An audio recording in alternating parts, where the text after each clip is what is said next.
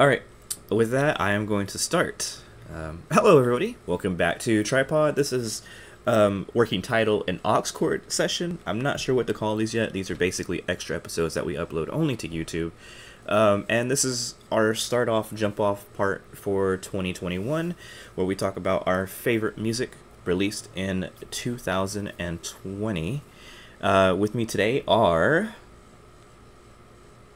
I'm Dani, yes. I'm Wontolla. Awesome. Cool. And of course, as always, I'm your host, Adrian. Yep. And like I said, today we're talking about music, our favorite music from the last year, some notable releases, and, you know, just generally chilling. So, I'm going to start with a record that I really enjoyed last year, and it is actually The Path by Fit for a King. Just been listening to a lot of rock and metal in the past year. Oh, that's general chat. Whoops. I'll put my links in text or voice. I just in general been listening to a lot of metal and metal adjacent music, and I really love this one. It's got that perfect amount of like breakdown hardcore kind of stuff, and like the lighter side of this genre, if that's the thing that I could say about this album. I don't know, I enjoyed it a lot. Vendetta's got an insane, like, just headbang moment, and yeah, that's how I'm gonna start off. I didn't prepare like huge speeches for any of these. I just wanted to briefly touch on most of them. So, you guys got any that you want to share before I keep going? So one thing that I wanted to go off briefly is I wanted to shout out my friends group DSG. It's kind of like some hyper pop type deal. Came out with an album last year called The Stupid Zone. It slaps. It slaps. I love it. Hyperzone. The Stupid Zone. The Stupid Zone, but it's hyper. Yeah, with pop, a title that's what like you that, said. it can't not slap. Yeah, I was gonna say, like, if you don't slap doing that, you're wrong. That's the sort of title you have to earn. It's true. And if Dani recommends it, I'm sure it's good. So, yeah, this is how this episode's gonna go. Probably just a few short quips about each thing. Oh, hey, Babs. Look, Babs is here. I'm gonna unmute Babs. I won't be here, but oh, okay. Yep. Then I'll mute you again. Oh. All right.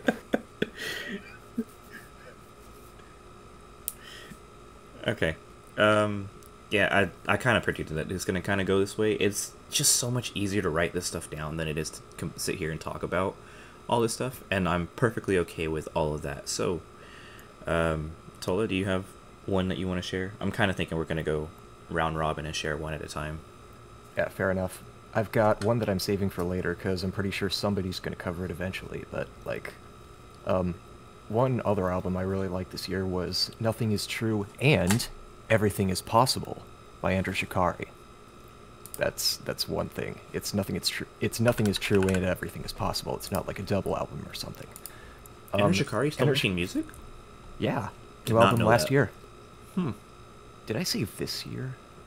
Anyway, they're sort of this electronic-influenced metalcore band from the UK, if you're not familiar. Adrian clearly is.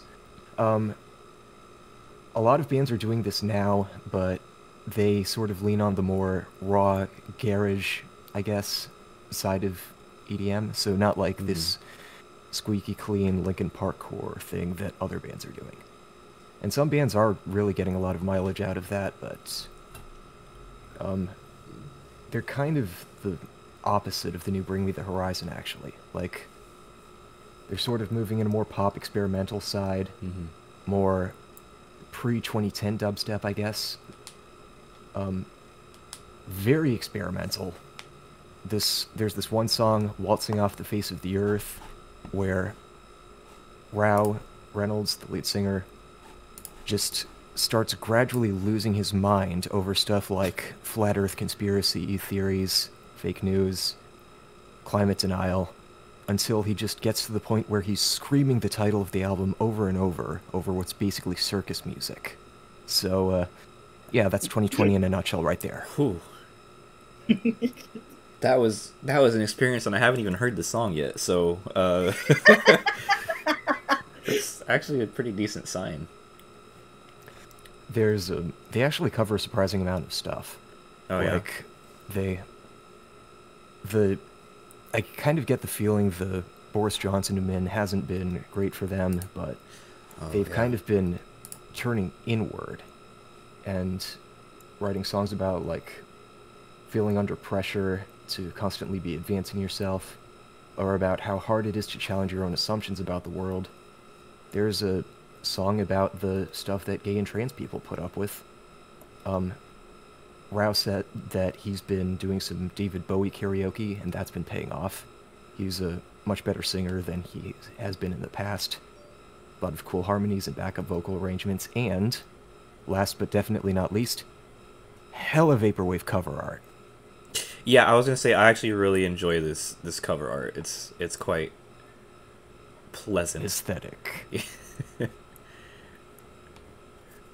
Yeah, highly recommend. Okay, cool. Next album I'm gonna talk about real quick is a total like 180 from Fit for a King, and it's actually Oliver Tree's album, Ugly is Beautiful. There's something just kind of really refreshing about this kind of like poppy rap BC Boy kind of vibe that the dude has. Also, his fucking fit is very weird and definitely eye-catching. It's amazing. It's something, I will say that. But the album from like start to finish is really like cool, kind of almost a journey, talking about kind of like, I want to say it talks about his career and like, you know, making music and all this other stuff, but like there's no like hard confirmation of, you know, if that's what the album's about or not. But I enjoyed it a lot for what it is, and for him being this kind of like satirical approach to pop music, but not satirical at the same time. It's nice. I like it. I enjoy it. And I definitely recommend this one if you're looking for something that's a little bit different from your usual pop records.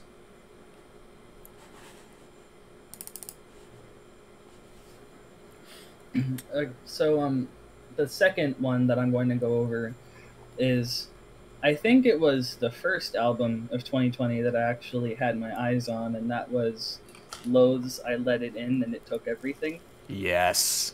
Yeah, that one real good.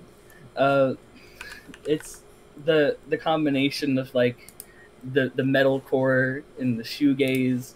So like songs like Two Way Mirror and Is It Really You are so fucking pretty. Mm-hmm. And then there are also songs like Heavy Is the Head That Falls with the Weight of 1,000 Thoughts goes so hard it is insane. It's like a two-sided coin. In true shoegaze fashion, that is an incredible title too. Yeah. It's a really good album. It's like it was the first one of this year that I really, really enjoyed. Mm-hmm.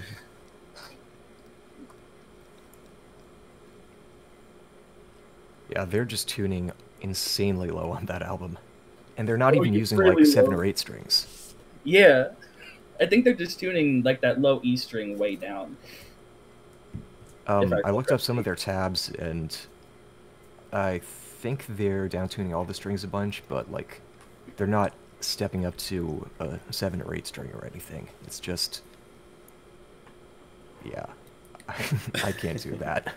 I just cannot do that. So yeah, that one's lit. As somebody who doesn't play guitar, what does it mean to down tune your instrument?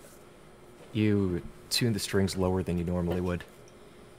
And does that make like playing it harder? Not necessarily, but it means you have to... It does make the strings a lot looser. So if anything, it makes it easier. But after a certain point, it starts to buzz. So you start to need to get thicker strings.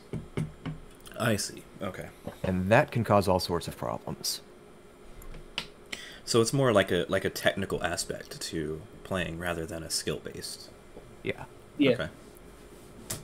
Interesting. Okay. So, I have to give a shout out to the new Unleash the Archers album, Abyss, because I'm a huge power metal dweeb. They're this, they're one of those rock opera bands where all their albums are concept albums. They're all linked to each other. They're all about like one constant character.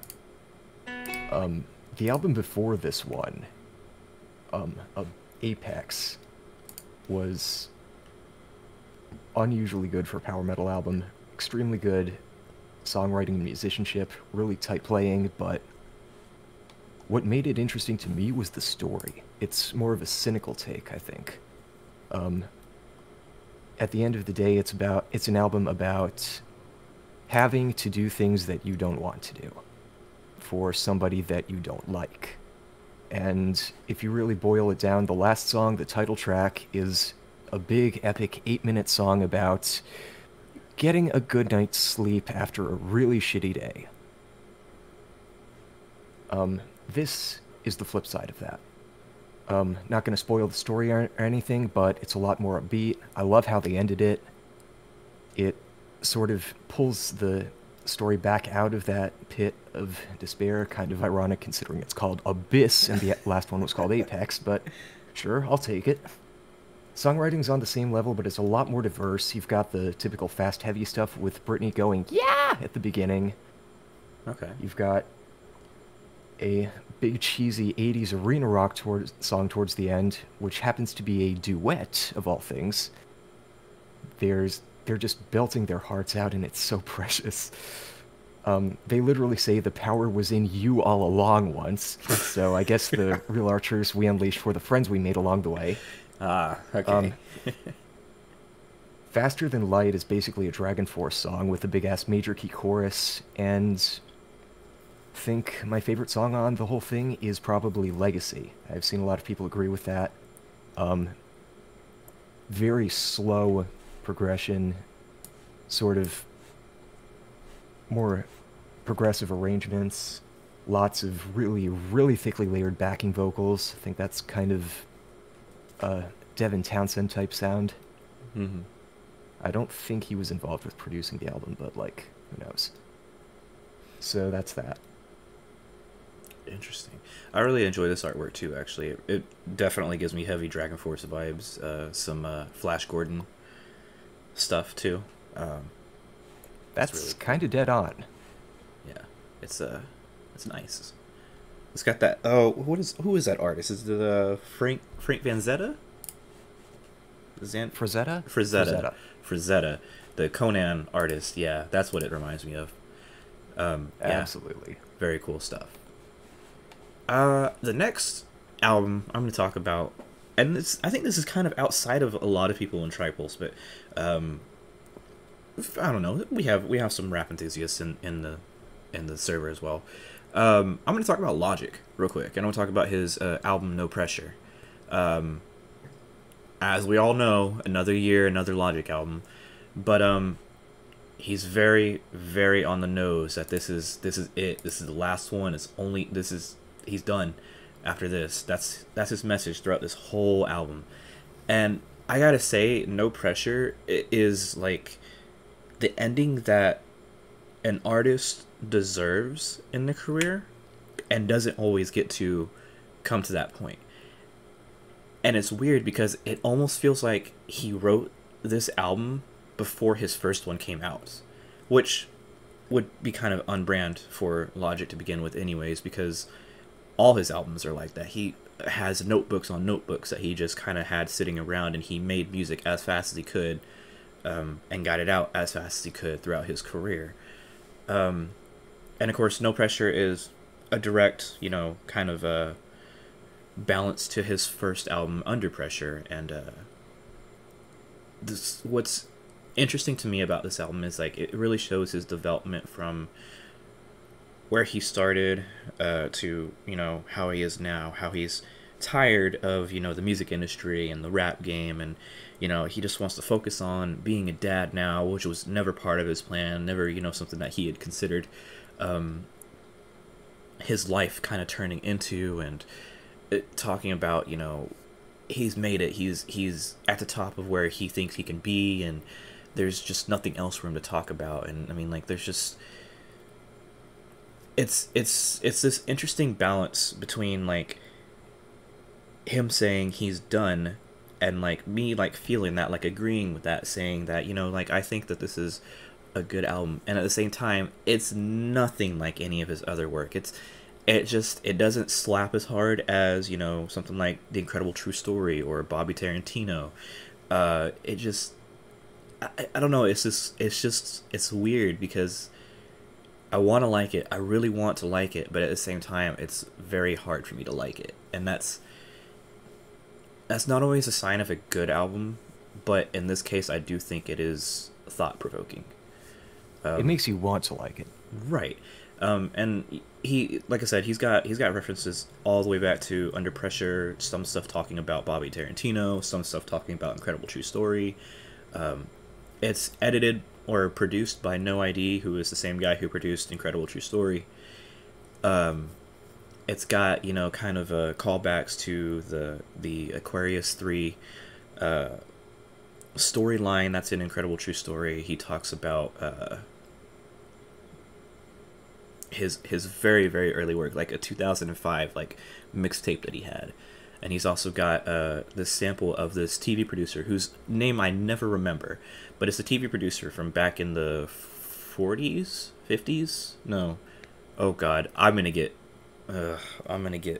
blasted for this because this is actually like important history. But back when the civil rights movement was going on, there was a TV producer that got on the air a lot and talked about equality and, you know, like, you know, how evil white supremacy is and all those other things. And they talk about a lot of stuff going on right there. He has another sample from that same producer in this album, like he does in an earlier album. And yeah, it's worth a listen, especially if you're a Logic fan. But I wouldn't say like it's a must-have of 2020. It's just something that I find interesting. Yeah, Logic's production schedule can't be healthy, so I'm not surprised he wants to take a break. From how he says it, it's not a break. Like, this is it. Yeah, or just be done with it shit forever. I don't know. I mean, like, because he's done things, you know, he's done things to take steps to, you know, make sure that he's not, you know, hard up for money anymore. Like, he has a fucking esports team. He has Bobby Boy Records. He's writing movies. He's writing for movies. You know, it's just he's got things going on that would keep him above water for sure. But yeah, it's fucking 7 albums over the course of like 5 years, I think. That's ridiculous. Yeah. So my next one is going to be a double feature. Takes the award for "This Shit Has No Business Being As Good As It Is," Taylor Swift's albums Folklore and Evermore. Okay. Absolutely. Yeah, I really did not expect these to be as good as they are. Blew me away twice. Like, it's not like the best thing in the world, but like, damn, I loved these. And I streamed them like crazy when they came out. I was like addicted to these for like a good week after each one. So Folklore is like what you would think of with like kind of folky singer-songwriter, very kind of ambient stuff, dreamy sounding things. Exile is like the song that everybody thinks about, like the piano ballad with Bon Iver.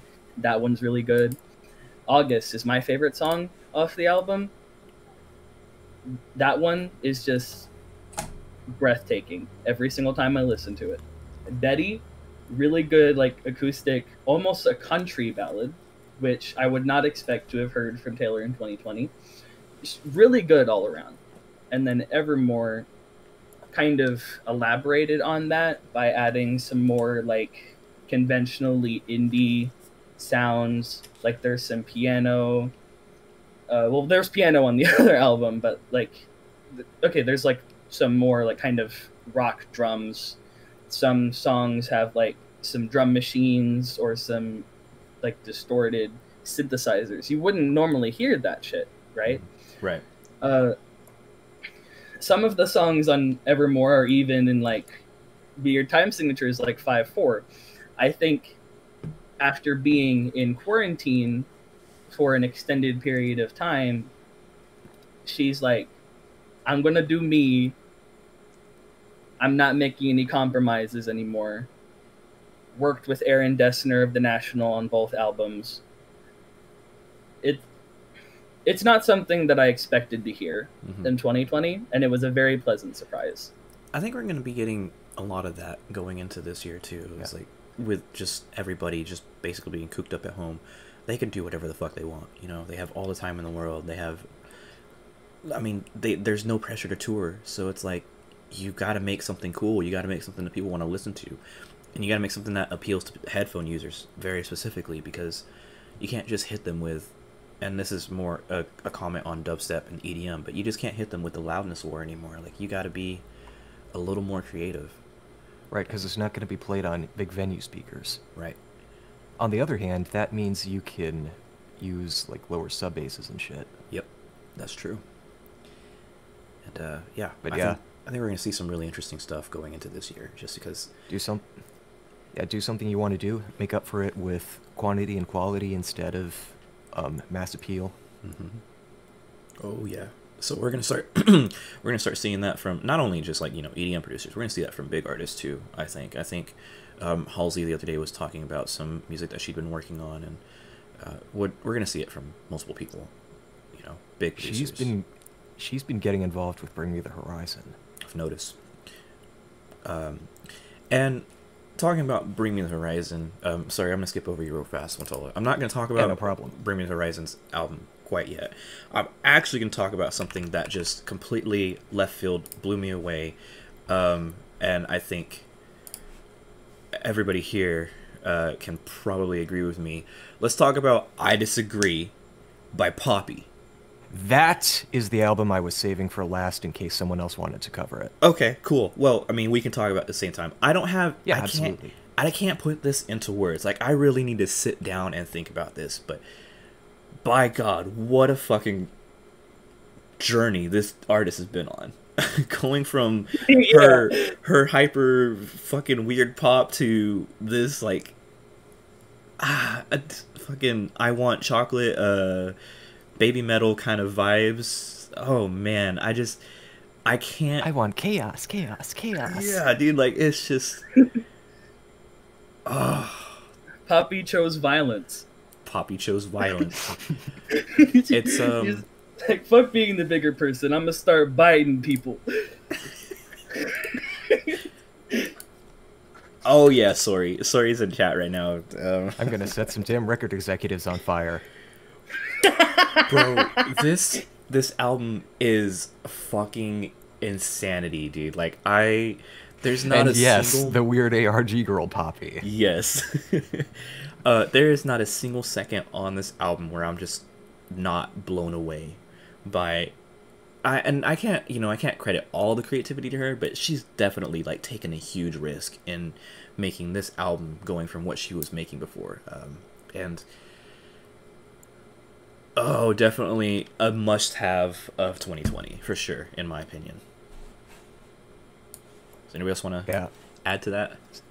Yeah, I had a new metal phase when I was younger, but I never really got into, like, the tough guy, jump to fuck up side of it. It was more about, like, the production, the groove riffs, the more angsty stuff. Linkin Park was basically my jam. What I'm saying is, if I was still 15, this would be the only album I ever listened to ever for, like, a whole year. It's new metal written by people that actually care about making a good product. Like, as opposed to, like, some of the more butt rock stuff. I know Godsmack did an album with help from pop songwriters one time, and they didn't really do much other than, like, polish it up. There's just an insane range of stuff going on here. You've got your bangers, you've got your weird stuff like Concrete, you've got more industrial Nine Inch Nails type stuff like Sit Stay. Nothing I Need is a quieter song that still fits thematically somehow. Yep. And the songs are about some very real shit, and Poppy and her writing team are really good at identifying what they want to talk about and expressing it and making you feel it and bringing it to you. Yeah. Like, especially Anything Like Me. That's probably my favorite song on here. It's one of the songs that's just almost too honest for its own good. Yeah. It sort of lets the mask slip, shows the ugly side of its singer. I really admire that candor. Mm-hmm. I would go so far as to say that this is a, if my generation had, which album am I gonna talk about? Am I gonna talk about, you know what? Yeah, if my generation had Meteora by Linkin Park, this generation has I Disagree by Poppy, and I honestly believe that is a good comparison. I think Meteora had just as much an impact as I Disagree does. Now, I will say that you could say the same thing for Hybrid Theory, but I do think Hybrid Theory ranks just a little bit higher on the scale. But I think as far as generational impact and just culture, this album hits on a different level. And I've got to talk about the one bonus track that didn't make it in. Okay. Not one of the 4 on I Disagree More. I mean, We Appreciate Power. The Grimes song. Okay. That one was actually written as a duet with Poppy. There was some drama that I don't really care to look into, and somehow Grimes ended up with it. And I absolutely believe it started as a Poppy song. Because it just sounds nothing like nothing else on Misanthropocene. It has that same stomping groove, it has the hooks. But I don't know. I'll have to go back and listen to that again just to see if I'm up to it on that. Yeah, it really is a great song. Okay. Cool. All right, going back to you, Tola, for your next one. I already did one, basically. That's fair, but that would mean it's up to Dani for the next one because I did put that one out there as well. So, the next one that I want to bring up, one of my favorite albums of the year was Phoebe Bridgers' Punisher. So it's like, it was, I think it's by far like one of the biggest artistic and political statements of 2020. Mm-hmm. It's very like insightful, very beautiful record. Kyoto is just like this kind of energetic little like indie rock song about imposter syndrome, kind of like a pretty good way of starting off the record proper after Garden Song. And then there are like the rest of the album is these like slower indie folk kind of songs, like the remainder of the album for the most part. Halloween is really pretty. Savior Complex, beautiful. Chinese Satellite. Oh, I can't even like put into words how good Chinese Satellite is. I Know the End is like the best song on the album. It's like the last one, and it is just like, I think that song is 2020 in a nutshell. Really encapsulated like the feelings of this year. Mm-hmm. Like everything falling apart and shit. Yeah. Or at least that's how it feels. It's a very poignant record. And yeah, that's one of my favorites out of like what I've listened to. It's absolutely beautiful album. I haven't listened to this one, but I'm staring at it on Spotify right now, and once again, I gotta stop talking about album artwork for a second. This is one of those weird ones where it's really good, but this is just a picture, and that's kind of, it's one of those things that I really love because it represents such a small part of an album that I think people can recognize that you don't need to put in a whole lot of work on that.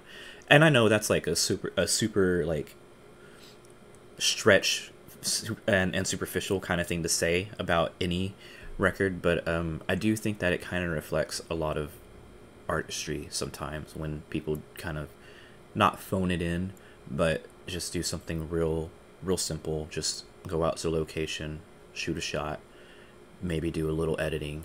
I'm sure there's like a backlight there in there somewhere that's giving her that crazy shadow, but I just think that that's when you know you have a project and you know you have a product that you want to push, you should be able to do stuff like that, you know.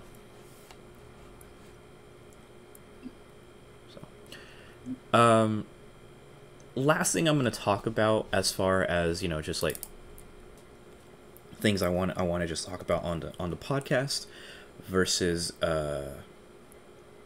you know, stuff that I can just write about on the blog. Actually, no, two more things that I'm going to talk about, and then I'll be gone. First of all, I have to give 2019 to I Prevail. 2019 was not a hard year, but I Prevail really made a great album that year that stuck with me for a while. So when the live album came out this year, it was just all over. It was just it felt fresh, even though it's an album I've listened to over and over again. I felt all the emotion from it. I felt every fucking beat of on the drum. I felt every breakdown, like just everything about that live album is just so nice. And if you haven't checked out I Prevail's Trauma, you should check it out. And if you haven't checked out their live album for that one, or really it's a deluxe, but if you haven't checked that one out, you should also check that out, because it's yeah. If you haven't checked out Trauma yet, then get on your knees and bow down. No fucking kidding, dude. God, when that song drops, song dropped, yeah, that was the start of something big. And it's not like I Prevail hadn't been making music before that too, because kind of same thing about this next band that I want to talk about. They really do seem like a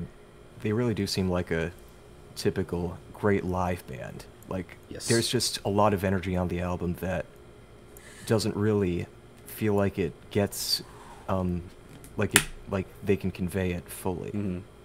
Yeah. Like, it's almost like the studio production's holding them back, and you can only really get the full experience live. Yeah. Well, I mean, yeah, definitely a huge example of that is Dead Weight. If you listen to the live album, once again, dude, the fucking live version of Dead Weight is by far one of the craziest, bounciest, most mosh pit fucking bash your fucking face in songs I have ever heard. And if I ever fucking get a chance to go see I Prevail again, goddamn, you best believe I'll be leaving with a bloody nose. Oh yeah.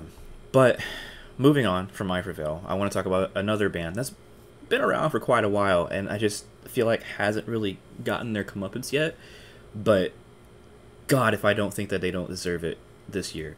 It's Era, and Snowblood might be one of the best songs from last year. Oh God, just from start to finish, this thing is like, it's a journey, and it's like a fucking a masterclass of like being just having everything metal kind of like pushed into your ear holes. It's got the great vocals, it's got, you know, your heavier stuff, it's got the crazy kind of breakdown and riffs, you know, just that kind of reoccur, and it's got an incredible solo, like easily the best solo I've heard since 2019, in the last year basically. This band's been around for what, like 7 years at this point. Snowblood is definitely one of the best songs they've ever put out. So definitely check that one out. And that's kind of it. I have like little ones that I can give shout outs to, but otherwise, that's pretty much it for me. I wanted to go over a couple more myself. Go for it. Absolutely. One that I loved a lot and one that I did not like so much. So, the one that I really loved is Lobster fights pink, black, and orange in the corners. So like, everybody knows that I am a huge like Midwest emo person. One thing that I've been trying my best to keep my eye on over the past couple of years is emo's emerging fifth wave, where like it's taking some of like the earlier shit, but they're really like going in on the experimental shit, and I find that like it's really interesting and exciting to see it progress. Uh, though it's very like early in its infancy right now, but seeing uh, albums like Pink, Black, and Orange in the corners coming out just has me really excited for what's to come.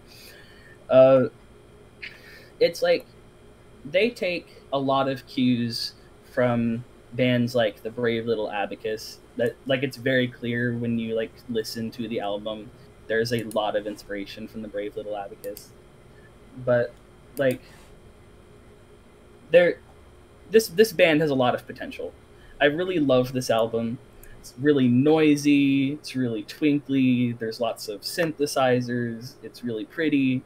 Frog in particular is probably my song of the year for 2020. Like that was my favorite song in all of 2020 because it's like the first 4 minutes or so is just like this noisy Midwest emo thing that you would usually expect. It's really good as it is, but then it goes out, and then the remaining like 8 minutes of the song, because this is like 12 and a half minutes long, the rest of it is just like this repetitive drum beat with some twinkling guitars and synthesizers going on in the back, and it's just this really relaxing, meditative, and very emotionally potent part of the record. It is the highlight of the album. It's I cannot wait to see what these guys do later, because this on its own is absolutely stunning. So I'm really excited for what they're going to do later. I will be keeping my eyes peeled on them. And then the 1975's Notes on a Conditional Form. It seemed like it was in like production hell for over a year. It seemed like. I think it was supposed to come out in like somewhere around the summer of 2019. The first single was supposed to come out in like I think the 31st of May, if I recall correctly. Yeah. But it just never came around. And then, so I really loved their third album, A Brief Inquiry into Online Relationships. That was, I think, my album of the year for 2018. I was really excited to see what they would do next after that. But then the track list comes out for the album, and you see that it has, like, how much, again? 20, I think? 22 tracks. 22 tracks, and it's over 80 minutes long, and I'm like, oh my god. This is either going to be really fucking good, or this is going to flop like hell. And it did the latter. Because at the time that A Brief Inquiry into Online Relationships came out, people were comparing it to like OK Computer, like Radiohead's OK Computer, kind of like the millennial statement of that kind of like technology, politics, it's that kind of deal. But Notes on a Conditional Form is like taking Kid A and Amnesiac, putting them together, and shuffling the track list. It's true. I did kind of feel like there was no cohesive like journey from start to finish in that album. Yeah, it had so much potential. It really it really could have been on par, if not better, than A Brief Inquiry if they had just been more mindful of the track listing and did not put 22 tracks in it. Like, It some definitely songs, felt like more than one album. yeah, like some songs like Bagsy, Not in Net, if I recall correctly, were literally just written because Maddie promised that there would be 22 songs on it, and they had like 19 or something by the time they were done recording. And it shows. Bagsy Not in Net is like the worst song on the album by far. It sucks ass. But like, really, if they cut it down to 15 songs and rearranged it a little better, it really could have been such an amazing album. Because there are some songs on it, like If You're Too Shy, Let Me Know, Don't Worry, Guys, I Think There's Something You Should Know, Me and You Together song. They're all like such spectacular songs, right?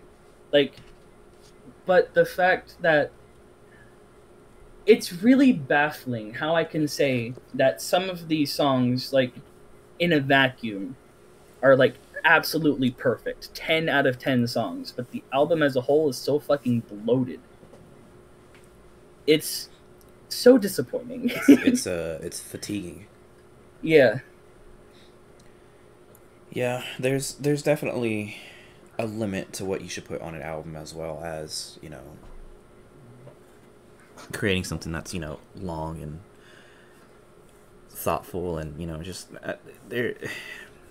Know your product, for lack of better words. Yeah.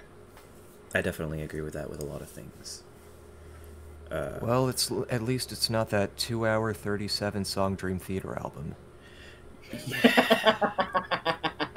Dream Theater's a special case, isn't it?